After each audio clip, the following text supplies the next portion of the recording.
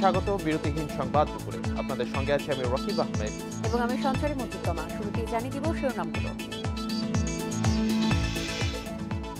ছুটির দিনে রাজধানীতে কর্মসূচি নিয়ে মাঠে বড় দুই দল। শান্তি সমাবেশ ডেকেছে আওয়ামী লীগ, বিএনপির পদযাত্রা।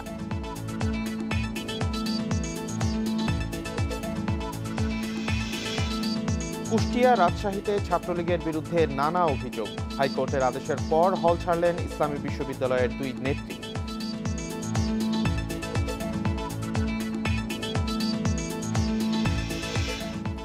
যুদ্ধাপরাধের মামলায় মৃত্যুদণ্ডপ্রাপ্ত আব্দুল ওয়াহেদ মণ্ডল ও জাজিজার রহমান খোকাকে ঢাকায় গ্রেপ্তার করেছে র্যাব। তুরস্কে ভূমিকম্পে ক্ষতিগ্রস্ত এলাকায় নির্মাণ শ্রমিক পাঠাতে চায় বাংলাদেশ। আগ্রহের কথা দেশটিকে জানানো হয়েছে বললেন পররাষ্ট্রমন্ত্রী।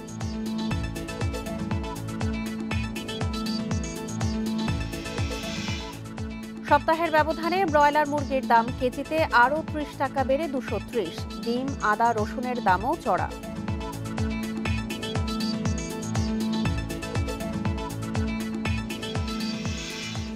শুনছিলেন শিরোনাম, এবারে যাচ্ছি পুরো খবরে।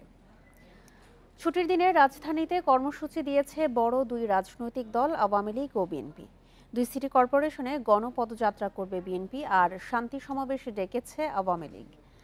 ঢাকা উত্তর ও দক্ষিণ সিটি কর্পোরেশনে মহানগর বিএনপি বেলা ২:৩০ থেকে গণপদযাত্রা কর্মসূচি আহ্বান করেছে। অন্যদিকে মোহাম্মদপুরের কাদেরাবাদে মহানগর উত্তর আওয়ামী লীগের আয়োজনে সব থানা ও ওয়ার্ডের নেতাকর্মীদের শান্তি সমাবেশে যোগ দেওয়ার আহ্বান জানিয়েছে দলটি। পাশাপাশি মহানগর দক্ষিণ আওয়ামী লীগের সব থানা ও ওয়ার্ডে নেতাকর্মীদের সতর্ক অবস্থানে থাকতে বলা হয়েছে। এর আগে সবশেষ সারা দেশে ইউনিয়ন পর্যায়ে কর্মসূচি পালন করে দল দুটি। এতে বিচ্ছিন্ন সংঘর্ষের ঘটনাও ঘটে।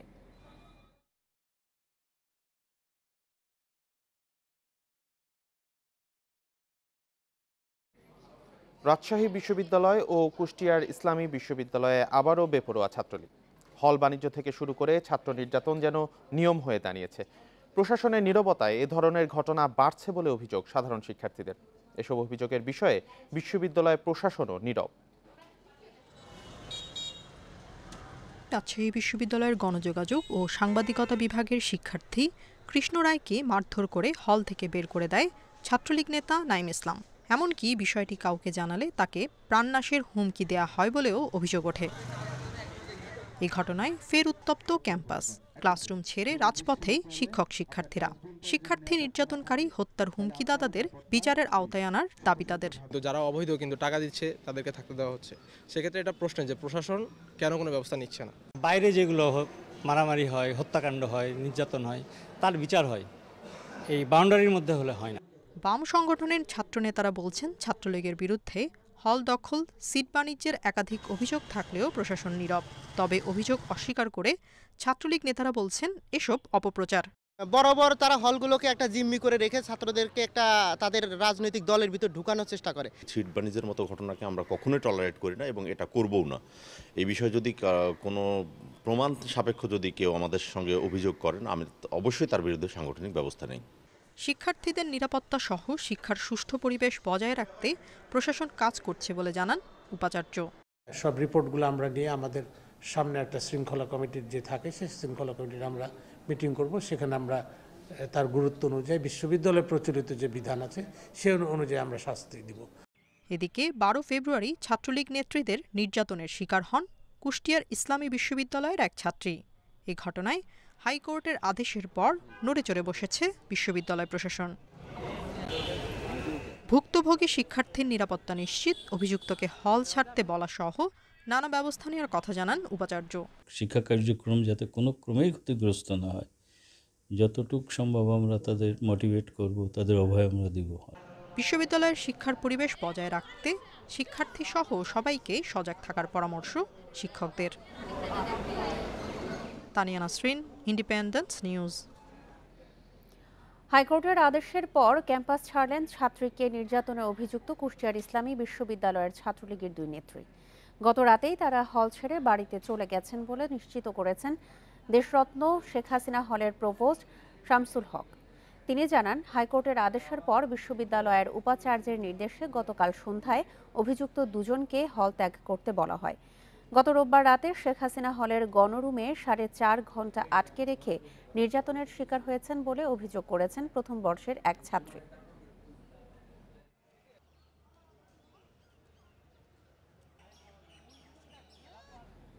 এ নিয়ে আরো জানাতে কুষ্টিয়া থেকে যোগ দিচ্ছেন আমাদের সহকর্মী মিলনুল্লাহ। মিলন, এই মুহূর্তে ক্যাম্পাসের কি অবস্থা আপনি দেখতে পাচ্ছেন, আর নির্যাতনের শিকার ছাত্রের নিরাপত্তায় কি কোনো ব্যবস্থা নেওয়া হয়েছে?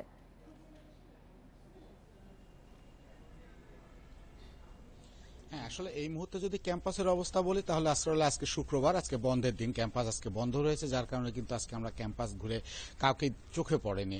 আর ছাত্রী নিরাপত্তার ব্যবস্থা যেটা বলছিলেন, যে কালকে আমরা যখন বিশ্ববিদ্যালয়ের প্রভিসি ডক্টর আব্দুল সালামের সাথে কথা বলেছিলাম, তখনই তিনি বলেছিলেন যে হাইকোর্ট যখন নির্দেশনা প্রদান করেন তার পরপরই কিন্তু সেটা তিনি গণমাধ্যমে দেখেছেন এবং গণমাধ্যমে দেখার পরই কিন্তু তিনি এই বিষয়ে প্রক্টোরিয়াল বডির সাথে কথা বলেছেন ইসলামী বিশ্ববিদ্যালয় থানার যারা কর্মকর্তা আছে তাদের সাথে, এবং এই ছাত্রীর যে নিরাপত্তার যাতে কোনো রকম বিঘ্ন না হয় সেই ব্যাপারে কিন্তু তিনি ব্যবস্থা নিতে সকলকে বলেছেন। এবার এই ব্যাপারে আমরা কথা বলেছিলাম কুষ্টিয়া ইসলামী বিশ্ববিদ্যালয়ের প্রক্টর শাহাদাত হোসেন আজাদের সাথে। তিনি যেমনটি জানিয়েছিলেন যে আসলে এই বিষয়টি যখন তাদের দৃষ্টিগোচর হয়, ঘটনাটি ঘটেছিল 12 তারিখ রাত্রে, 13 তারিখ সন্ধ্যার দিকে, শেষ অফিসের দিকে প্রায় সেই ছাত্রী এই অভিযোগগুলো করে। 14 তারিখ থেকে কিন্তু তারা এই বিষয়টি নিয়ে তাদের কার্যক্রম শুরু করে এবং তারা 2টি কমিটি গঠন করে এবং এই কমিটি গঠনের তারা 7 কর্মদিবসের মাধ্যমে এই কমিটিকে তদন্ত প্রতিবেদন দেওয়ার কথা বলেছিল। এর মধ্যেই কিন্তু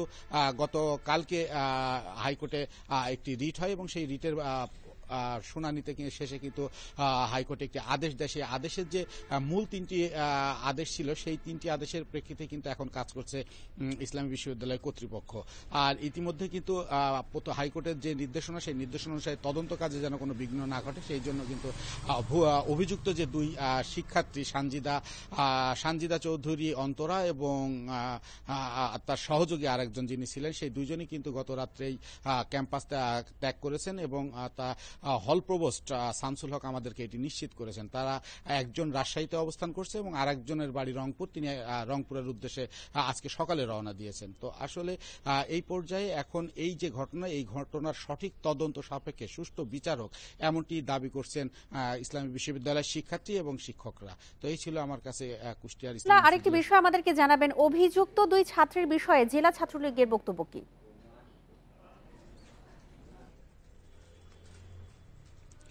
হ্যাঁ, আসলে এই বিষয়ে জেলা ছাত্রলীগ আসলে সাধারণত বিশ্ববিদ্যালয় যে ছাত্রলীগ থাকে তার বিষয়ে খুব একটা মাথা ঘামায় না। আমরা বিশ্ববিদ্যালয় ছাত্রলীগের যারা নেতৃবৃন্দ তাদের সাথে কথা বলেছিলাম। বিশ্ববিদ্যালয় ছাত্রলীগের সাধারণ সম্পাদক আমাকে জানিয়েছেন যে ছাত্রলীগের নাম ভাঙিয়ে এই ধরনের যে কর্মকাণ্ড তারা কোনো সময় প্রশ্রয় দেবে না, এটি তদন্ত সাপেক্ষে তারাও এর বিচার দাবি করেছেন। কুষ্টিয়া থেকে জানাচ্ছিলেন আমাদের সহকর্মী মিলনুল্লাহ। ঢাকা বিশ্ববিদ্যালয়ের টিএসসিতে ছাত্র অধিকার পরিষদের অনুষ্ঠানে ছাত্রলীগ কর্মীদের হামলার অভিযোগ উঠেছে। এতে আহত হন ছাত্র অধিকার পরিষদের কেন্দ্রীয় সভাপতি সহ 11 জন। ছাত্র অধিকার পরিষদের নেতাকর্মীরা জানান, সকালে টিএসসি চত্বরে সংগঠনের 5ম প্রতিষ্ঠা বার্ষিকীর অনুষ্ঠানের আয়োজন করা হয়।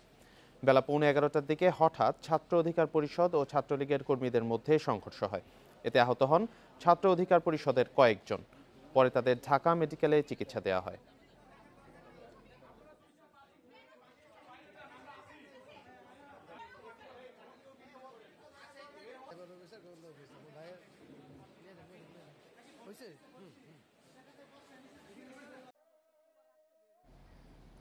রাজধানীর বাজারে কিছুতেই স্বস্তি মিলছে না। অস্বাভাবিক হারে বেড়েছে মুরগি ও ডিমের দাম। 1 মাসের ব্যবধানে ব্রয়লার মুরগির দাম বেড়েছে 100 টাকারও বেশি। চড়া ডিম, আদা, রসুনের দামও। বাড়তি দামের জন্য সরবরাহ সংকটকে দুষছেন বিক্রেতারা। আর ভোক্তাদের অভিযোগ, নজরদারির অভাবে নিয়ন্ত্রণে আসছে না বাজার। পর্যাপ্ত সরবরাহ থাকলেও বাড়ছে ব্রয়লার মুরগির দাম। কয়েক সপ্তাহ ধরে দাম বেড়ে এখন প্রতি কেজি বিক্রি হচ্ছে 225 থেকে 235 টাকায়। পাড়া মহল্লায় তা 240 টাকা। সোনালী মুরগির দামও বেড়ে বিক্রি হচ্ছে 350 টাকায়। ডিম কিনতেও গুনতে হচ্ছে বাড়তি টাকা। প্রতি ডজন ফার্মের মুরগির ডিম বিক্রি হচ্ছে 145 টাকায়। আর নাগালের বাইরে গরু ও খাসির মাংসের দাম। একদিনে মনে করেন 30টা কমে যায়, একদিনে 40টা বাইরে যায়। এরা ডিলাররা সারা আর কেউ বলতে পারে না এই জিনিসটা। সরকারকে খুঁজে বের করতে হবে যে এখানে কি সিন্ডিকেট করা হয়েছে নাকি সাপ্লাইকে অন্যভাবে ডাইভার্ট করা হয়েছে, যে আমরা পাচ্ছি না সঠিকভাবে। এদিকে মশলার বাজারেও নেই স্বস্তি। বেড়েছে আদা রসুনের দাম। ভালো মানের রসুন বিক্রি হচ্ছে 210 টাকা কেজিতে। 7-8 মাসেও বাজারে সংকট কাটেনি চিনির। 1 কেজি প্যাকেট চিনি কিনতে লাগছে 120 টাকা। আমাদের এখানে কোনো হাত নাই। আমরা আপনার থেকে আপনার পাইকারি বিক্রি করেন, আপনার ডিস্ট্রিবিউশন আমাদেরকে যেভাবে দেন আমরা সেভাবে কাস্টমারদের কাছে বিক্রি করতে বাধ্য। ব্যবসায়ী কর্তৃপক্ষ যারা আছে তারা দেখবে, আর যারা আইনগত লোক যারা আছে তারা এটা বিবেচনা করে দেবে কোথায় সমস্যা। এটা তবে কিছুটা নাগালে রয়েছে সবজির বাজার। ফুলকপি, মূলা, বেগুন সহ বেশিরভাগ সবজি রয়েছে 35 টাকার মধ্যে। তবে চড়া কাঁচামরিচের দাম বিক্রি হচ্ছে 160 টাকা কেজি দরে। Shahid Ahmed, independent news, Dhaka. সপ্তাহের ব্যবধানে সারা দেশে লাফিয়ে বাড়ছে নিত্যপণ্যের দাম। বিভিন্ন জেলায় 50 থেকে 60 টাকা পর্যন্ত বেড়েছে মুরগির দাম। স্বস্তি নেই ডিমের দরেও। ব্যবসায়ীরা পোলট্রি খাবারের বাড়তি দাম আর কম সরবরাহের অজুহাত দেখালেও বাজার তদারকির অভাবকে দায়ী করছেন ভোক্তারা। সরবরাহ থাকার পরও বেড়েছে সবজির দাম। অস্থিরতা চালের বাজারেও। চট্টগ্রামের বাজারে এই সপ্তাহে ডিমের দাম ডজনে বেড়েছে 10 থেকে 15 টাকা। বেড়েছে সব ধরনের মুরগির দামও। পোলট্রি খাবারের সরবরাহ কম ও বাড়তি দামের অজুহাত ব্যবসায়ীদের। মুরগির ফিডের দামও বাড়তি, মেডিসিনের দামও বাড়তি, তাছাড়া এমনি সব কিছুর দাম তো বাড়তি। খাবারের দাম কারণে মুরগির দাম বেশি। মুরগি পাললে যারা লস করে তারা তোলে নিয়ে আর। বরিশালেও গত সপ্তাহে চেয়ে ব্রয়লার মুরগিতে 60 টাকা আর সোনালীতে 50 টাকা বেড়ে গেছে। ডিম কিনতেও নেই স্বস্তি। বগুড়া, রাজশাহী, খুলনা সহ অন্যান্য জেলার বাজারেও একই চিত্র। এখন ডিমের দাম গত সপ্তাহে ছিল 42 টাকা হালি, 10.5 টাকা পিস। এখন এই সপ্তাহে আছে 48 টাকা হালি। গরুর মাংস 700 টাকা, খাসি 1100 টাকা, ব্রয়লার 220 টাকা। বাজারে অতিরিক্ত জিনিসের দাম বাড়তি। তদারকি না করলে আসলে জনগণের দুর্ভোগ চরমে চলে যাচ্ছে। লক্ষ্মীপুরে ব্রয়লার মুরগির কেজিতে বাড়তি কিনতে হচ্ছে অন্তত 40 টাকা। ডিমের ডজন সপ্তাহের ব্যবধানে 120 টাকা থেকে বেড়ে দাঁড়িয়েছে 150 টাকায়। তদারকির অভাবে এই হাঁসফাঁস অবস্থা অভিযোগ ক্রেতাদের। তবে প্রয়োজনীয় ব্যবস্থা নেওয়ার আশ্বাস প্রশাসনের। মুরগির খাদ্য প্রায় 1000 টাকা দাম বাড়ছে। ইতিমধ্যে আবার তেলের দাম বাড়ার কারণে, পরিবহন খরচের কারণে আবার খাদ্যের দাম বাড়ছে। আমরা জেলা প্রশাসনের পক্ষ থেকে উপজেলা নির্বাহী স্যার, বাজার কর্মকর্তা সহ আমরা নিত্য প্রয়োজনীয় পণ্যের মূল্য যেন স্থিতিশীল থাকে সেজন্য মোবাইল কোর্ট পরিচালনা করা হচ্ছে। বেশিরভাগ জেলায় গত সপ্তাহ থেকে বাড়তি চালের দর বলছেন ক্রেতারা। বেড়েছে সবজির দামও। রেশমি নন্দী, ইন্ডিপেন্ডেন্ট নিউজ। আপনারা দেখছেন বিরতিহীন সংবাদ দুপুর। এরপর অন্যান্য সংবাদের সাথে থাকছে। রাজধানীতে প্রতিদিন গড়ে 300 ছিনতাই। মামলা দায়েরে নিরুৎসাহিত করায় অপরাধ নিয়ন্ত্রণ হচ্ছে না বলছেন বিশ্লেষকরা।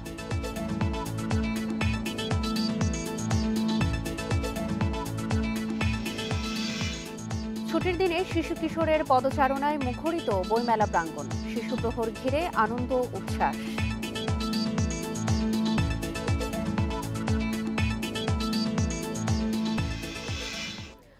মানবতাবিরোধী অপরাধের মামলায় মৃত্যুদণ্ডপ্রাপ্ত পলাতক আসামি আব্দুল ওয়াহিদ মণ্ডলকে উত্তর মান্ডা এলাকা থেকে গ্রেপ্তার করেছে র্যাব। একই মামলার অপর আসামি মৃত্যুদণ্ডপ্রাপ্ত জাসিজার রহমান খোকাকে মোহাম্মদপুর থেকে গ্রেপ্তার করা হয়েছে। সকালে কারওয়ান বাজারে র্যাবের মিডিয়া সেন্টারে এক সংবাদ সম্মেলনে এই তথ্য জানানো হয়। র্যাব জানায় 2016 সাল থেকেই পলাতক ছিলেন তারা। তাদের বিরুদ্ধে 1971 সালে হত্যা, গণহত্যা, অপহরণ, নির্যাতন, লুণ্ঠন, অগ্নিসংযোগ ও ধর্ষণ সহ মানবতাবিরোধী অপরাধের 7টি অভিযোগ আনা হয়। ধৃত আসামি আব্দুল ওয়াহিদ এবং জাজিজা রহমান 1970 সাল থেকেই তারা জামাত ইসলামী রাজনীতির সাথে ওতপ্রোতভাবে তারা জড়িত। মুক্তিযুদ্ধ চলাকালীন তারা রাজাকার এবং শান্তি কমিটির সদস্যদের সাথে যোগসাজশে বিভিন্ন জায়গায় এবং তাদের এলাকায় ব্যাপকভাবে নাশকতামূলক কর্মকাণ্ড চালিয়েছে। ভূমিকম্পে তুরস্কের ক্ষতিগ্রস্ত এলাকা নির্মাণে শ্রমিক পাঠাতে চায় বাংলাদেশ। বিষয়টি তুরস্ককে জানানো হয়েছে বলে জানান পররাষ্ট্রমন্ত্রী ডক্টর AK আব্দুল মোমেন। সকালে সিলেটে বাংলাদেশের প্রাণী সম্পদ খাত সমস্যা ও সম্ভাবনা বিষয়ক এক কর্মশালায় এসব কথা বলেন পররাষ্ট্রমন্ত্রী। মন্ত্রী বলেন, বাংলাদেশ থেকে উদ্ধার কাজে সহায়তার জন্য যেসব দল এরই মধ্যে তুরস্কে আছে তাদের আরও কিছু সময় সেখানে রাখার অনুরোধ করেছে তুরস্ক। বাংলাদেশ এতে রাজি হয়েছে। এছাড়া ভূমিকম্পে ক্ষতিগ্রস্ত 25 বাংলাদেশি শিক্ষার্থীকে আর্থিক সহায়তা দেওয়ার কথা জানান পররাষ্ট্রমন্ত্রী। তিনি গণমাধ্যমকে বস্তুনিষ্ঠ সংবাদ প্রচারের আহ্বান জানান। বলেছি, তোমরা যদি বাড়িঘর বানাতে চাও, লেবার দরকার হয়, আমাদের লেবার আমরা দিতে রাজি আছি তোমাদের। তো তারা বলছে যে লুক ইনটু ইট। হ্যাঁ, বলে নাই কিভাবে। আর তাদের অবশ্য কনস্ট্রাকশনের লোক আছে। একটি গ্রহণযোগ্য নির্বাচন অনুষ্ঠানে বিএনপি সহ সব দলের দায়িত্ব আছে বলে মন্তব্য করেছেন তথ্যমন্ত্রী ডক্টর হাসান মাহমুদ। সকালে চট্টগ্রামের দেওয়ানজি পুকুর পাড় এলাকায় এসব কথা বলেন তথ্যমন্ত্রী ডক্টর হাসান মাহমুদ। মন্ত্রী বলেন, বিশ্বের কোথাও তত্ত্বাবধায়ক সরকারের অধীনে নির্বাচন হয় না। এটি পাকিস্তানে আছে, কিন্তু পাকিস্তানের সেই মডেল বাংলাদেশে কখনোই বাস্তবায়িত হবে না। সম্প্রতি বিদেশি কূটনীতিকদের আসার বিষয়ে মন্ত্রী বলেন, বাংলাদেশ ক্রমশ উন্নতির দিকে এগিয়ে যাচ্ছে, তাই এদেশে বিদেশি কূটনীতিকদের আনাগোনা বেড়েছে। কেউ যদি নির্বাচন বর্জন করে কিংবা নির্বাচন প্রতিহত করার অপচেষ্টা চালায়, তাহলে নির্বাচনকে অংশগ্রহণমূলক না করা কিংবা নির্বাচনকে গ্রহণযোগ্য না করার জন্য দায় দায়িত্ব তাদের। বিদেশিদের আনাগোনা বেশি হওয়া ভালো, কারণ তারা বাংলাদেশের উপর ইন্টারেস্ট ফিল করছে। কলাগাছ দিয়ে পয়ঃবর্জ্যের সংযোগ বন্ধের কার্যক্রম এক প্রকার ব্যর্থ হয়েছে। যেসব বাসায় এই ব্যবস্থা নেওয়া হয় সেগুলোর পয়ঃবর্জ্য এখনও মিশছে পানি নিষ্কাশন নালায়। অবশ্য মেয়রের দাবি, নাগরিকদের মধ্যে সচেতনতা বেড়েছে, কারো ভোগান্তি সৃষ্টি করার উদ্দেশ্য নয়। নগর পরিকল্পনাবিদরা বলছেন, সমস্যা সমাধানে সময় বেঁধে দিতে।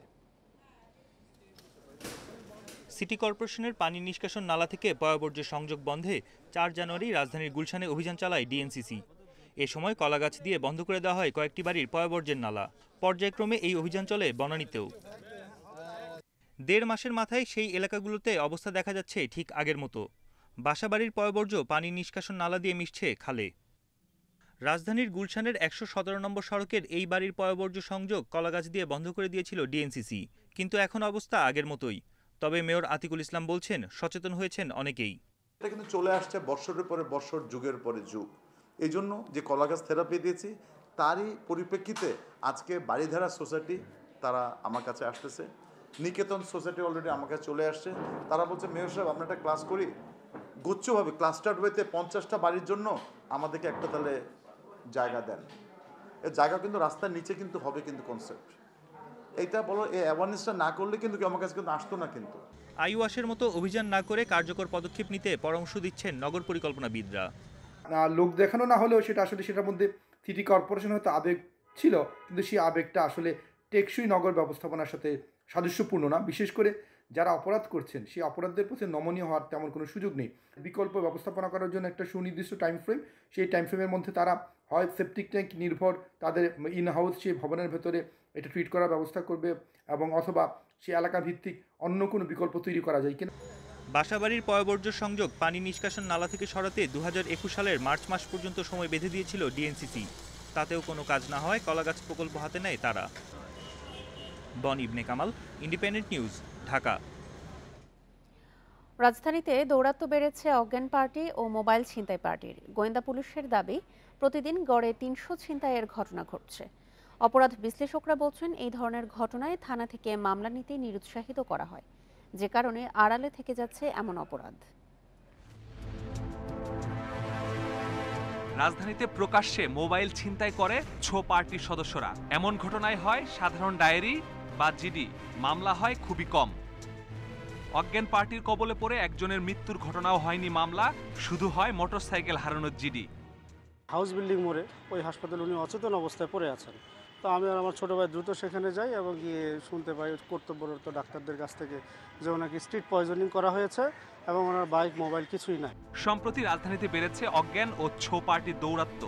গোয়েন্দারা বলছেন, বেশ কয়েকটি স্পট ভাগাভাগি করে চলে ছিনতাই।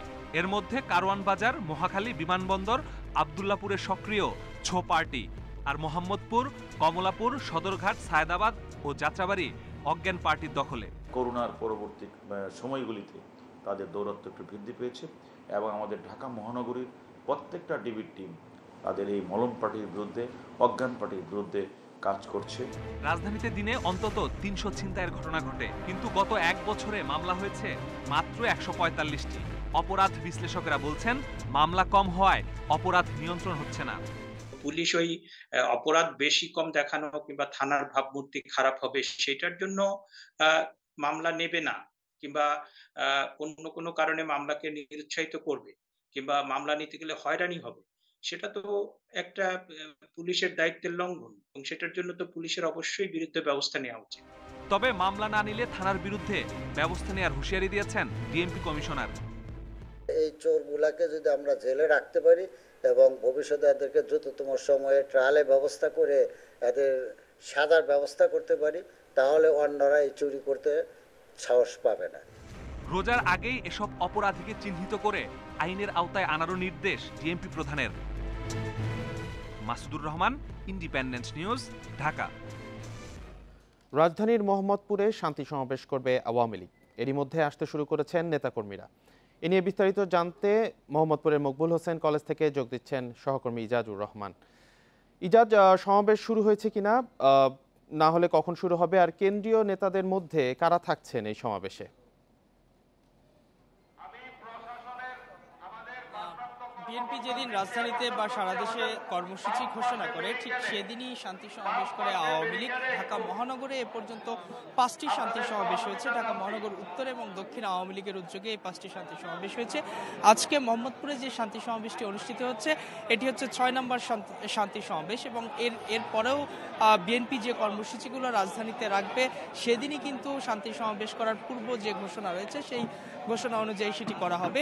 এবং আজকের এই শান্তি সমাবেশে ঢাকা মহানগর উত্তর আওয়ামী লীগ যেহেতু আয়োজন করেছে, উত্তর আওয়ামী লীগের যে কেন্দ্রীয় নেতারা, উত্তর আওয়ামী লীগের যে নেতারা রয়েছে তারা ইতিমধ্যে এসে স্টেজের দিকে অবস্থান করছেন এবং কেন্দ্রীয় যে নেতারা রয়েছেন তারা এখনো আসেননি, কেন্দ্রীয় নেতারা আসবেন। এবং আজকের এই শান্তি সমাবেশটি আনুষ্ঠানিকভাবে শুরু হবে বিকেল 3টায়, কিন্তু আমরা দেখতে পাচ্ছি জুম্মার পর থেকে এই যে হাজী মকবুল হোসেন কলেজের সামনের যে রাস্তাটি রয়েছে, যেটি মোহাম্মদপুরের কাদেরিয়া হাউজিং, এই রাস্তাটি পুরোটাই পুলিশ এক সাইডে অবস্থান করছে এবং যে চেয়ারগুলো দেওয়া হয়েছে কমপক্ষে এখানে 5-7 হাজার চেয়ার দেওয়া হয়েছে।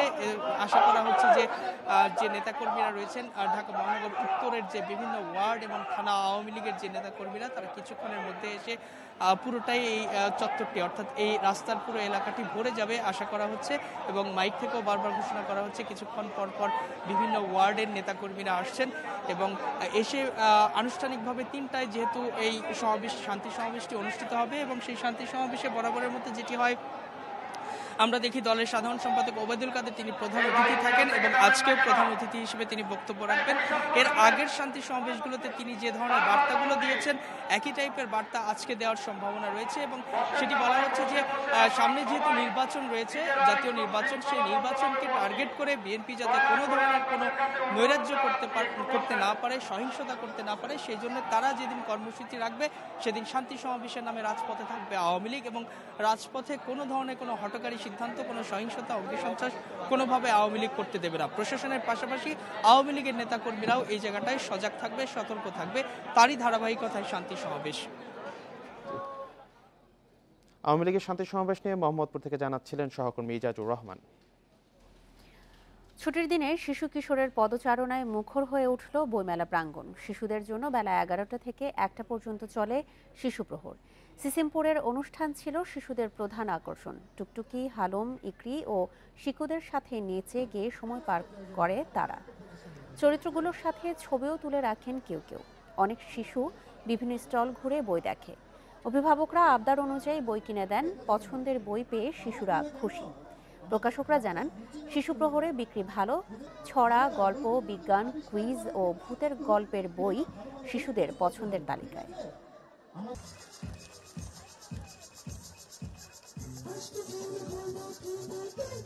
দাঁড়ানোর জায়গা বা সবকিছু একটু কম মনে হচ্ছে, আর একটু বড় পরিসরে বা একটু ওপেন করে দিতে পারলে ওদের জন্য, বাচ্চাদের জন্য একটু সহজ হতো আর কি। বাচ্চারা যেহেতু মঞ্চের সাইডে থাকে সেহেতু আমার মনে হয় মঞ্চের সাইডে যে জায়গাটা সেটা একটু বড় করা উচিত। এই মুহূর্তে 21শে বইমেলায় আছেন আমাদের সহকর্মী শাহরিয়ার অনির্বাণ, যাচ্ছি তার কাছে। অনির্বাণ, এই মুহূর্তে বইমেলার দর্শনার্থীদের উপস্থিতি আপনি কেমন দেখছেন? আজকে তো শিশু প্রহর ছিল, শিশুরাও বেশ উৎসাহের সঙ্গেই এই মেলায় অংশগ্রহণ করেছেন। এই মুহূর্তে পরিস্থিতি আপনি কেমন দেখছেন? দেখুন, বইমেলার আজকে 21তম, দুঃখিত, বইমেলার আজকে 17তম দিন। তো এই 17তম দিনে আমরা ছুটির দিন থাকার কারণে সকাল থেকে আমরা দেখেছি যে অভিভাবক এবং শিশুদের শোরগোল এবং শিশুদের ভিড়। এখন যেহেতু দুপুর 2টা বেজে গেছে, যার কারণে সকালে যারা এসেছিলেন সিসিমপুরের যে অনুষ্ঠান, সেই অনুষ্ঠানটি তারা অনেকে দেখে বইটই কিনে অনেকে চলে গেছেন। এখন যারা অনেকে ঘুরছেন, কেউ কেউ হয়তো নামাজ পড়তে গিয়েছিলেন। কিছুটা বলা যায় যে বইমেলায় এখন কিছুটা ভাটা বা কিছুটা একটু হালকা ভাব রয়েছে। তারপরে বিভিন্ন যে স্টল যেগুলো রয়েছে সেই স্টলগুলোতে কিছু ভিড় আমরা লক্ষ্য করেছি।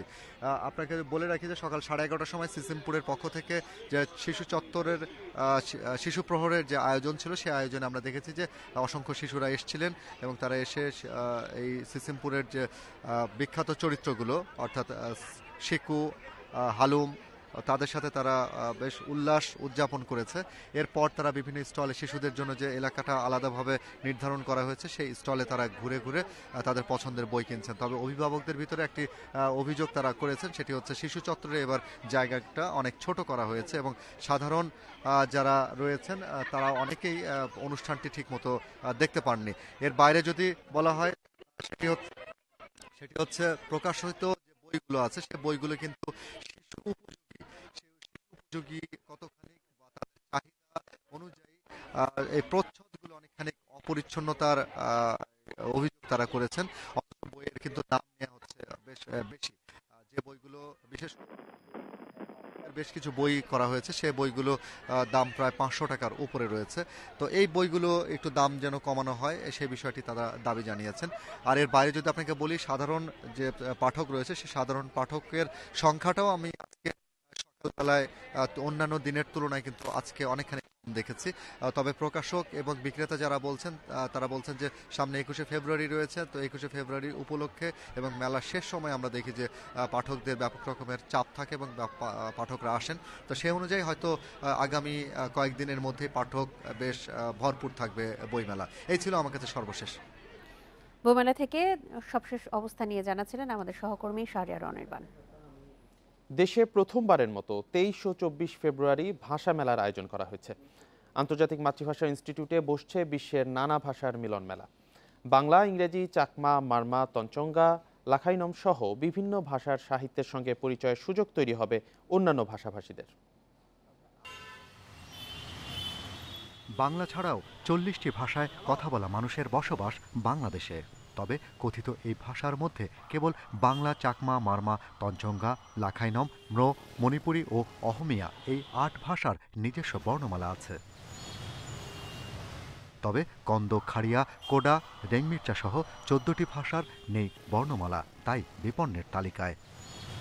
প্রচলিতর পাশাপাশি অপ্রচলিত ভাষা রক্ষায় প্রথমবারের মতো এবার ভাষা মেলার আয়োজন আন্তর্জাতিক মাতৃভাষা ইনস্টিটিউটের। যে ভাষা নিয়ে যে কর্মকাণ্ড হচ্ছে সারা পৃথিবীতে, এইটা সাধারণ মানুষের নাগালের মধ্যে আসুক, সাধারণ মানুষ আসুক, জানুক, জিজ্ঞাসা করুক, তাদের মধ্যে আগ্রহ জাগুক। ক্ষুদ্র নিকুশি ভাষা নিয়ে যারা কাজ করে তারা আগ্রহ প্রকাশ করেছে, তাদের আগ্রহের ভিত্তিতে আমরা চিঠি দিয়েছি, আশা করি তারা যোগাযোগ করবে। এবং আমরা বিশ্ববিদ্যালয়ের বিভাগগুলোর ক্ষেত্রেও চিঠি দিচ্ছি, আমরা যে দূতাবাসের সাংস্কৃতিক কেন্দ্রগুলো আছে ওদেরকে চিঠি দিচ্ছি, আমরা আশা করি সাড়া পাবো। মেলায় অংশগ্রহণের জন্য এরই মধ্যে আন্তর্জাতিক মাতৃভাষা ইনস্টিটিউটের ওয়েবসাইটে আবেদন আহ্বান করা হয়েছে। বাংলা একাডেমি যেমন তাদেরকে স্টল দিয়ে দেয়, আমরা এখন ছোট করে, এত বড় তো পারবো না, আমাদের জায়গা সংকট আছে, আমরা ছোট করে স্টল নির্ধারণ করে দেব। ওইখানে যারা অ্যাপ্লিকেশন করবে, আবেদন করবে, রেজিস্ট্রেশন করবে, তারা এখানে এসে অংশগ্রহণ করবে। মাতৃভাষা মেলা 23 ও 24 ফেব্রুয়ারি এই 2 দিন আয়োজন বসছে সেগুনবাগিচায় আন্তর্জাতিক মাতৃভাষা ইনস্টিটিউট প্রাঙ্গণে। Shahriar Anirban, independent news, Dhaka. আপনারা দেখছেন বিরতিহীন সংবাদ দুপুর। এরপর অন্যান্য সংবাদের সাথে যা থাকছে: তহবিল সংকটে রোহিঙ্গাদের খাদ্য বরাদ্দ কমানোর চিন্তা WFP, অর্থায়ন নিশ্চিত না হলে মানবিক বিপর্যয়ের আশঙ্কা।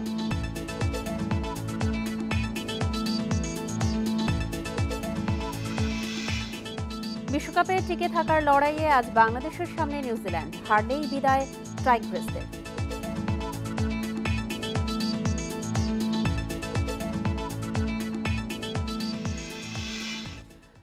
খুলনায় মেডিকেল কলেজ থেকে চুরি যাওয়া নবজাতককে ২৪ দিন পর নড়াইল থেকে উদ্ধার করেছে পুলিশ। গত রাতে কালিয়াপাড় কৃষ্ণপুর গ্রামের এক নিঃসন্তান দম্পতির কাছ থেকে শিশুটিকে উদ্ধার করে সোনাডাঙ্গা থানা পুলিশ।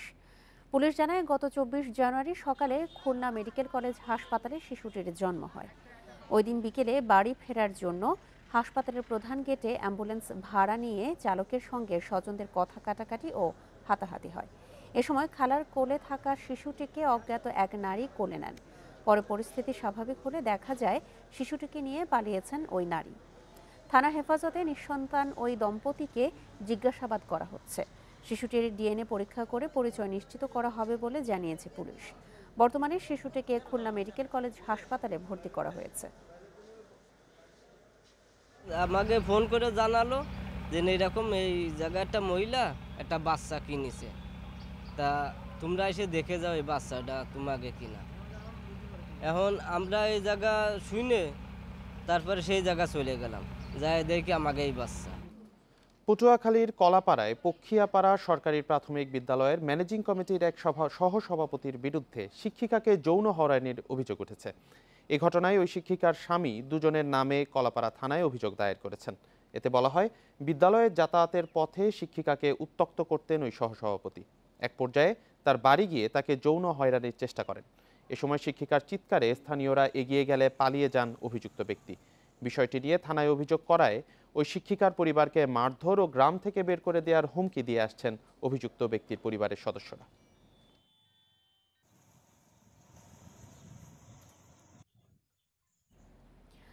লক্ষ্মীপুর সদরের একটি বাজারে আগুন লেগে ৮টি দোকান পুড়ে গেছে। সকাল ৭টার দিকে সদর উপজেলার টুমচর জনতা বাজারে এই ঘটনা ঘটে। প্রত্যক্ষদর্শীরা জানান, বাজারের শরীফের চা দোকানে প্রথমে ধোঁয়া দেখা যায়। পর মুহূর্তেই আগুন ছড়িয়ে পড়ে আশপাশের দোকানেও। খবর পেয়ে ফায়ার সার্ভিস ঘটনাস্থলে গিয়ে আধা ঘন্টার চেষ্টায় নিয়ন্ত্রণে আনে আগুন। ততক্ষণে পুড়ে গেছে ৮টি দোকান। এ ঘটনায় কয়েক লাখ টাকা ক্ষতি হয়েছে বলে দাবি ব্যবসায়ীদের। শর্ট সার্কিট থেকে আগুনের সূত্রপাত বলে প্রাথমিকভাবে ধারণা ফায়ার সার্ভিসের।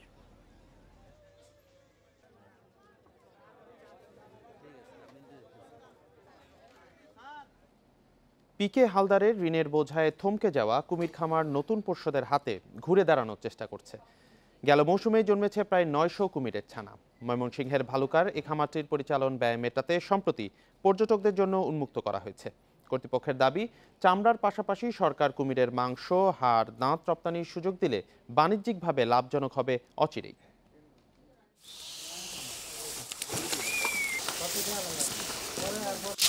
দুই উদ্যোক্তা এবং বাংলাদেশ ব্যাংকের ইইএফ প্রকল্প ঋণে ২০০৪ সালে রেপটাইলস ফার্ম গড়ে ওঠে ময়মনসিংহের ভালুকায়।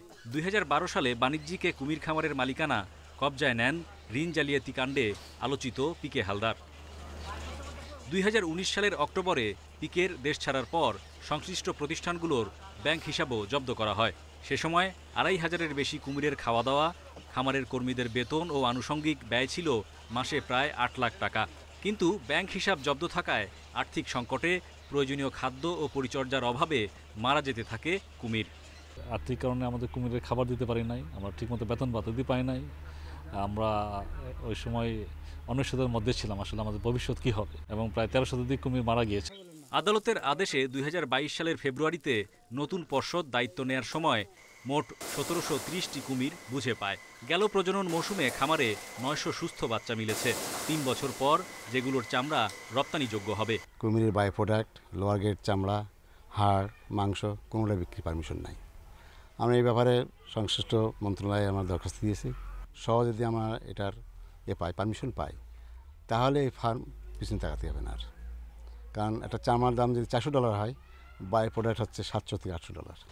বাংলাদেশ ব্যাংকের অনুমোদন নিয়ে খামারটিকে নতুন করে ৩,৩১ লাখ টাকা ঋণ দিয়েছে ইন্টারন্যাশনাল লিজিং।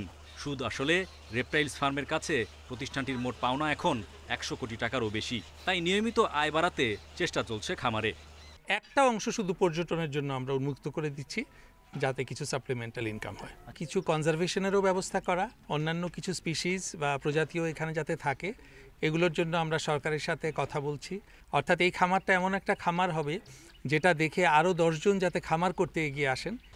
খামারে গড়ে তোলা হচ্ছে শিক্ষা সফর, পিকনিক, কর্পোরেট প্রতিষ্ঠানের অনুষ্ঠান আয়োজনের অবকাঠামো। প্রতিদিন দর্শনার্থীরা 100 ও 150 টাকার টিকিটে খামার পরিদর্শনের সুযোগও পাবেন।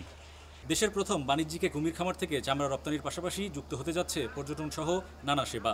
এই সমন্বিত উদ্যোগের মাধ্যমে লোকসানি এই প্রতিষ্ঠানটিকে লাভজনক করা সম্ভব হবে বলে মনে করছেন দায়িত্বরত কর্মকর্তারা। Hari Saha, independent news, Bhaluka, Mymensingh. জলবায়ু ঝুঁকির চ্যালেঞ্জ মোকাবেলায় কৃষি বিজ্ঞানের নতুন উদ্ভাবন পলিনেট হাউস জয়পুরহাটে কৃষকদের মাঝে ব্যাপক সাড়া ফেলেছে। আধুনিক এই প্রযুক্তি সম্প্রসারণের মাধ্যমে বিষমুক্ত সবজি সারা বছর উৎপাদন করতে পারবেন কৃষকরা। এই পদ্ধতি কৃষির উন্নয়নে ব্যাপক ভূমিকা রাখবে বলেও মনে করছেন সংশ্লিষ্টরা।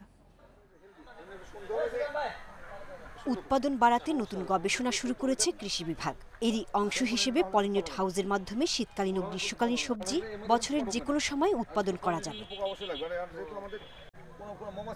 প্রযুক্তির মাধ্যমে ভারী বৃষ্টি, তীব্র তাপদাহ ও প্রতিকূল অবস্থায়ও নিরাপদে থাকবে পলিনেট হাউসের ক্ষেত খামার। এই পদ্ধতিতে শাকসবজি চাষে লাভের আশা কৃষকদের। এখানে আমি সবজি চাষ করতেছি, টমেটো, লেটুস, ব্রোকলি, হার্টবিট, উন্নত মানের সবজি। এখানে আপনার সব কিছু আছে, উপরে ফাওয়ার পানি দেওয়ার সিস্টেম আছে, নিচে আপনার প্রতিটা গোড়ায় গোড়ায় গাছে পানি যাবে সেই সিস্টেম করা দেওয়া আছে, আপনার কুয়াশা হবে সিস্টেম আছে। প্রায় 3 মাস আগে জয়পুরহাটে 2টি পলিনেট হাউস নির্মাণ করা হয় সরকারি অর্থায়নে। পরীক্ষামূলকভাবে সুফল পেতে শুরু করেছেন কৃষকরা। এছাড়া কম মূল্যে বিষমুক্ত খাদ্য পাওয়ায় খুশি এলাকাবাসী। কিছু খাবার খাচ্ছি সব কীটনাশকযুক্ত, তো পলি হাউসে যেগুলান আসলে পাওয়া যাচ্ছে কীটনাশক ছাড়াই চাষাবাদ হচ্ছে। এই পদ্ধতির সম্ভাবনার কথা জানালেন কৃষি সম্প্রসারণ অধিদপ্তরের রাজশাহী বিভাগের প্রকল্প পরিচালক। নেটের মাধ্যমে এই ভিতরে কোনো পোকা আসতে পারবে না। আমাদের ফসলের ক্ষতিকর পোকাগুলো আছে, যেগুলো ফসল ক্ষতি করে থাকে, এই পলিনেটের হাউসের মধ্যে কোনো পোকা প্রবেশ করতে পারবে না। তো পলিনেটের মাধ্যমে আমরা এখানে আমাদের মেইন উদ্দেশ্য যে আমরা এখানে উচ্চমূল্য ফসল উৎপন্ন করবো এবং সেটা হচ্ছে যে নিরাপদ। প্রকল্পের মাধ্যমে ভোক্তা ও কৃষকরা উপকৃত হতে পারেন, সে ব্যাপারে তদারকি করা হচ্ছে বলে জানায় কৃষি বিভাগ। Independent news. নওগাঁ শহরে প্রতি শুক্রবার 1 টাকায় মিলছে দুপুরের খাবার। তাই শহরের হতদরিদ্র মানুষ এখন প্রতীক্ষায় থাকে প্রতি সপ্তাহের এ দিনটির জন্য। প্রায় 9 মাস ধরে এই কার্যক্রম চালাচ্ছে ফ্রেন্ডস প্যানেল নামের একটি সংগঠন। নওগাঁ শহরের আসমান সিটি শপিং মলের সামনে প্রতি শুক্রবার জুম্মার নামাজের পরপরই এমন ভিড় জমে হতদরিদ্র মানুষের। মাত্র 1 টাকার বিনিময়ে এখানে দুপুরের খাবার পান তারা। মেনুতে কখনো থাকে মাছ, ডাল, কখনো মুরগির মাংস, আবার কখনো বিরিয়ানি। ভিক্ষা করতে করতে খিদে লাড়ি জ্বলা যায়, বুক ধরফর করে। এখানে এসে আমরা ভাত খাই, একটু পানি খাইলে আমরা একটু শান্তি পাই। প্রতি শুক্রবার 150 থেকে 200 জন মানুষের খাবারের ব্যবস্থা করছে ফ্রেন্ডস প্যানেল নামের একটি স্বেচ্ছাসেবী সংগঠন। সদস্যদের চাঁদা ও কিছু বিত্তবানের সহায়তায় 9 মাস ধরে চলছে এই কার্যক্রম। প্রোগ্রাম চালাইতে অনেক খরচের সম্মুখীন হইতে হয়, তো আমি আশা রাখবো যে সমাজের যারা বিত্তশালী প্রভাবশালীরা আছেন তারা আমাদের এই ছোট সংগঠনের দিকে একটু মূলত আমাদের একটি দৃষ্টি সহকারে দেখবেন, যেন আপনাদের একটু সহায়তায় একটা অনাহারীর মুখে খাবারটা আমরা তুলে দিতে পারি।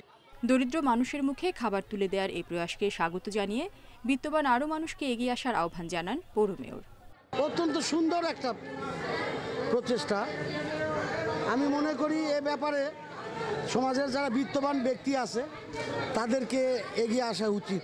এর আগেও আমি এদেরকে বলেছি যে আমারও থাকবে, আমার পক্ষ থেকেও একটা উদ্যোগ থাকবে সহযোগিতা করার। 2016 সালে শহরের বিভিন্ন দোকানে কর্মরত 39 জন সেলসম্যান মিলে গঠন করেন ফ্রেন্ডস প্যানেল নামের সংগঠনটি। এরপর থেকেই দরিদ্রদের জন্য নানা কর্মসূচি চালিয়ে যাচ্ছেন তারা। Independent news.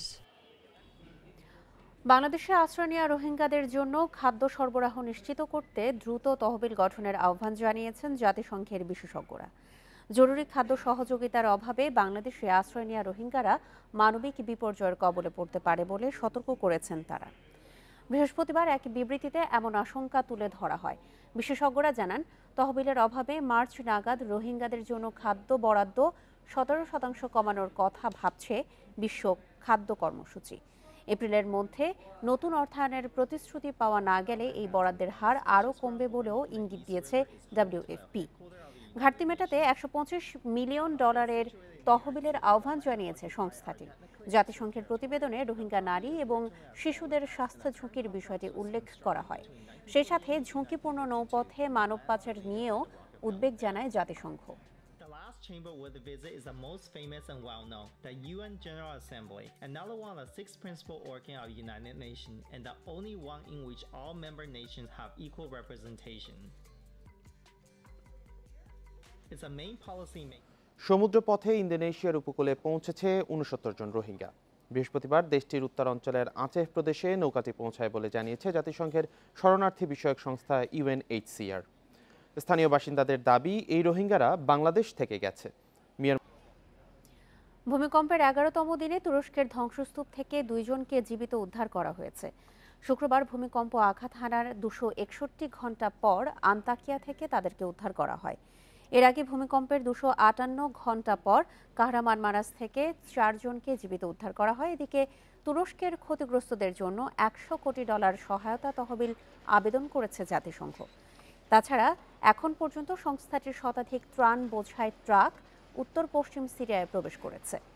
ভূমিকম্পে তুরস্ক এবং সিরিয়ায় মৃতের সংখ্যা দাঁড়িয়েছে প্রায় 44,000। এর মধ্যে তুরস্কে মৃত 38,044 জন, আর সিরিয়ায় প্রাণ গেছে প্রায় 6,000 মানুষের। আহতদের চিকিৎসা দিতে হিমশিম খাচ্ছে সিরিয়ার হাসপাতালগুলো। তুরস্ক সিরিয়া ভূমিকম্পের উৎপত্তি এপিসেন্টার নয়, এপিলাইন হিসেবে চিহ্নিত করেছেন বিজ্ঞানীরা। 7.8 মাত্রার ভূমিকম্পের পর এর আফটার শকের মাত্রাও ছিল 4 থেকে 6 পর্যন্ত। এই অঞ্চলের ভূতলে রয়েছে ইস্ট আনাতোলিয়ান ও অ্যারাবিয়ান প্লেট। দুই প্লেটের সংঘর্ষেই বড় ধরনের ভূকম্পন অনুভূত হয় তুরস্ক এবং সিরিয়ায়। সম্প্রতি ভয়াবহ ভূমিকম্পে তছনছ তুরস্ক সিরিয়া। প্রথমটি 7.8 মাত্রা আর দ্বিতীয়টি ছিল 12 ঘণ্টা পর 7.6 মাত্রার। কেন্দ্রবিন্দু ছিল পাজারজিক। কম্পন অনুভূত হয় 1000 কিলোমিটার দূর থেকেও। ভূমিকম্প হলে এর উৎপত্তি স্থলকে এপিসেন্টার হিসেবে চিহ্নিত করা হয়। এই ভূমিকম্পে যেহেতু দুটি ফল্টের সংঘর্ষ হয়েছে, তাই একে এপিসেন্টার নয় বরং এপি লাইন হিসেবে বর্ণনা করেছেন বিজ্ঞানীরা। 7.8 মাত্রার ভূমিকম্পটি আঘাত হানার পর এর আফটারশকগুলোর মাত্রাও ছিল 4 থেকে 6 মাত্রা পর্যন্ত। অস্ট্রেলিয়ার ইউনিভার্সিটি অফ মেলবোর্নের ভূমিকম্প বিশেষজ্ঞ জানুকা আত্তানায়ার মতে, এই ভূমিকম্প থেকে যে পরিমাণ শক্তি উৎপন্ন হয়েছে তা প্রায় 32 পেটাজুলসের সমান। এই পরিমাণ শক্তি যুক্তরাষ্ট্রের নিউ ইয়র্ক শহরকে 4 দিনের বেশি বিদ্যুতের চাহিদা মেটাতে পারবে। তুরস্ক সিরিয়া ভূমিকম্প প্রবল হওয়ার কারণ এই অঞ্চলের টেকটনিক প্লেটের অবস্থান। তুরস্কের ভূতল দিয়ে চলে গেছে দুটি ফল্ট লাইন, একটি নর্থ আনাতোলিয়ান ফল্ট লাইন, অন্যটি ইস্ট আনাতোলিয়ান ফল্ট লাইন। আবার অ্যারাবিয়ান এবং ইউরেশিয়ান এই দুই বিশাল টেকটনিক প্লেট তুরস্কের দক্ষিণাঞ্চলীয় প্রদেশের ভূ অভ্যন্তরে মিলিত হয়েছে। ইস্ট আনাতোলিয়ান এবং অ্যারাবিয়ান প্লেটের জোরালো সংঘর্ষে উৎপত্তি হয় এই ভূমিকম্পের। এই ফল্টে কঠিন শিলাযুক্ত প্লেটগুলো ফল্ট লাইন জুড়ে উলম্বভাবে একে অপরের সঙ্গে ধাক্কা খায়। শিলাযুক্ত প্লেট যতক্ষণ পর্যন্ত আনুভূমিক গতিতে পিছলে না যায় ততক্ষণ পর্যন্ত তাদের মাঝে ঘর্ষণ চলতে থাকে, আর এভাবেই তীব্রতা পায় তুরস্ক সিরিয়া ভূমিকম্প। Mushrifa Nuzhat, independent news. নারী টি-20 বিশ্বকাপে নিজেদের তৃতীয় ম্যাচে নিউজিল্যান্ডের মুখোমুখি হবে বাংলাদেশ। জয়ের দেখা না পাওয়ায় দুই দলই ঘুরে দাঁড়াতে মরিয়া। কিউই মেয়েরা সতর্ক টাইগ্রেসদের নিয়ে আজ ম্যাচ শুরু বাংলাদেশ সময় সন্ধ্যা 7টায়। নারী টি-20 বিশ্বকাপে হারের বৃত্ত ভাঙতে পারেনি বাংলাদেশ। ওই হতাশার সাথে বাড়তি চাপ ফিক্সিং বিতর্ক। সাউথ আফ্রিকায় থাকা লতা মণ্ডলের সঙ্গে দেশে থাকা সোহেলির ফোনালাপ প্রসঙ্গ এখন শিরোনামে। সব মিলিয়ে অস্বস্তি চরমে টাইগ্রেস ডেরায়। শ্রীলঙ্কার পর অস্ট্রেলিয়া, দুই ম্যাচেই বিধ্বস্ত নিগার সুলতানার দল। আগে ব্যাটিং নিয়ে বোর্ডে বড় রান ওঠেনি, মোটামুটি বোলিং দিয়ে ততটা লড়াই জমাতে পারেনি লাল সবুজ। ফলাফল দুই ম্যাচেই বড় ব্যবধানে হার। ব্যর্থতার মাঝে একমাত্র প্রাপ্তি পেসার মারুফার দারুণ বোলিং। তৃতীয় পরীক্ষা নিউজিল্যান্ডের সাথে। ঘুরে দাঁড়াতে হলে ব্যাটিংয়ে ভালো করা জরুরি। সামনের ম্যাচগুলোতে ভালো করতে হলে আমাদের ব্যাটিংয়ে উন্নতি করতে হবে। শেষ 5 ওভারে বাউন্ডারি জরুরি, যা আমরা ঠিকমতো করতে পারিনি। বোর্ডে পর্যাপ্ত রান না থাকলে ভালো লড়াই সম্ভব না। নিউজিল্যান্ডও দুই ম্যাচই হেরেছে। 5 দলের গ্রুপে সবার নিচে কিউই মেয়েরা। টিকে থাকতে জয়ের বিকল্প নেই, তাই বাংলাদেশের ওপর চড়াও হবে ওরা। নিউজিল্যান্ডের বিপক্ষে এর আগে 4টি টি-20 খেলেছে বাংলাদেশ, সবকটিই হেরেছে। Ghalib Hasan, Independent News. BPL এর রেকর্ড চতুর্থ শিরোপা জিতেছে কুমিল্লা ভিক্টোরিয়ান্স। ফাইনালে সিলেটের স্ট্রাইকার্সকে 7 উইকেটে হারিয়েছে তারা। আগে ব্যাট করে সিলেট করেছিল 175 রান। জবাবে জনসন চার্লসের 79 রানের ইনিংসে 4 বল আগেই জয় তুলে নেয় কুমিল্লা। আসরের সেরা ক্রিকেটার নাজমুল শান্ত। বিপিএল এর রেকর্ড চতুর্থ শিরোপা কুমিল্লা ভিক্টোরিয়ান্সের। দলের নামটার মধ্যেই যে জয়ের ঘ্রাণ লুকিয়ে। ঢাকাকে ছাড়িয়ে এই টুর্নামেন্টে সর্বাধিক শিরোপার মালিক এখন ভিক্টোরিয়ান্স। প্রথম 3 ম্যাচ হারা দলটা লিখেছে ঘুরে দাঁড়ানোর অসামান্য এক গল্প। এক জনসন চার্লসেই শেষ সিলেটের স্বপ্ন। বাঁধভাঙা উল্লাস তো করবেই ইমরুলের দল। টস হেরে ফাইনালে ব্যাটিংয়ের শুরুটা ভালো হয়নি সিলেটের। 0 রানে তানভীরের বলে বোল্ড তৌহিদ হৃদয়। মাশরাফির ব্যাটে এদিন ক্যামিও আসেনি। 1 রানে সাজঘরে ফেরেন ক্যাপ্টেন। এরপর নাজমুল শান্ত ও মুশফিকের 79 রানের জুটি সিলেটকে এগিয়ে নিয়ে যায়। 64 করে আউট হওয়ার সময় চলতি আসরে শান্তর রান 516। সেরা ব্যাটারের ট্রফি নিশ্চিত আগে ভাগেই। তারপরও 48 বলে মুশফিকের 74 রানের ইনিংসে সিলেটের সংগ্রহ দ্বারা 175 run. Mushfiqur Rahim just continued his good way and showed what a classy player he is. এই লক্ষ্য কঠিন হতে পারত কুমিল্লার জন্য। 10 রানে নারিন আউট হওয়ার পর ইমরুল কায়েস ফেরেন 2 করে। তবে বিপদ বাড়তে দেয়নি লিটন দাস ও জনসন চার্লস।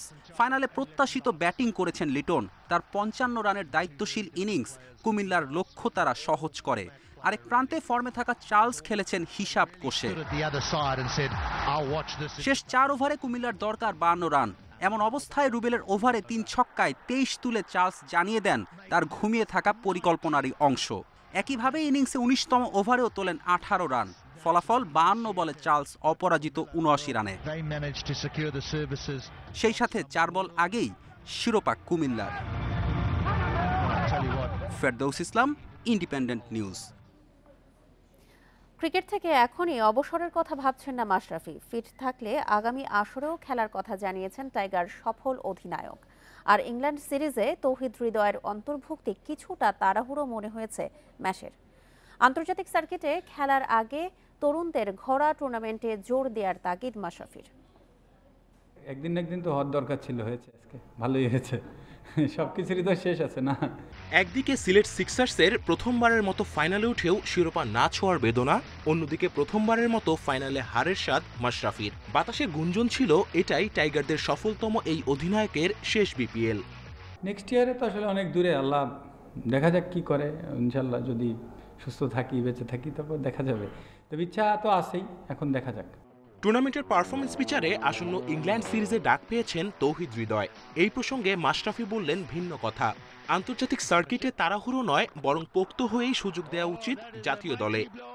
আমার এক্সপেকটেশন একটু লাগাম থাকা উচিত তৌহিদ হৃদয়ের কাছ থেকে, কারণ ছেলেটাকে very early picked, very early, এটা আমার কাছে মনে হয়। আমি আমার ওপিনিয়ন দিচ্ছি। এমন না হয় যে নিয়ে আবার রান না করলে যেন ফেলে না দেয়, তখন কিন্তু কোয়েশ্চেন এগুলো কেউ করি না আমরা, যে কেন আপনি এক টুর্নামেন্ট দেখেই তাকে নিচ্ছেন এবং তাকে 2 ম্যাচ খেলে বাদ দিচ্ছেন। বরাবরের মতো এবারও পাওয়ার হিটিংয়ে পিছিয়ে দেশিরা।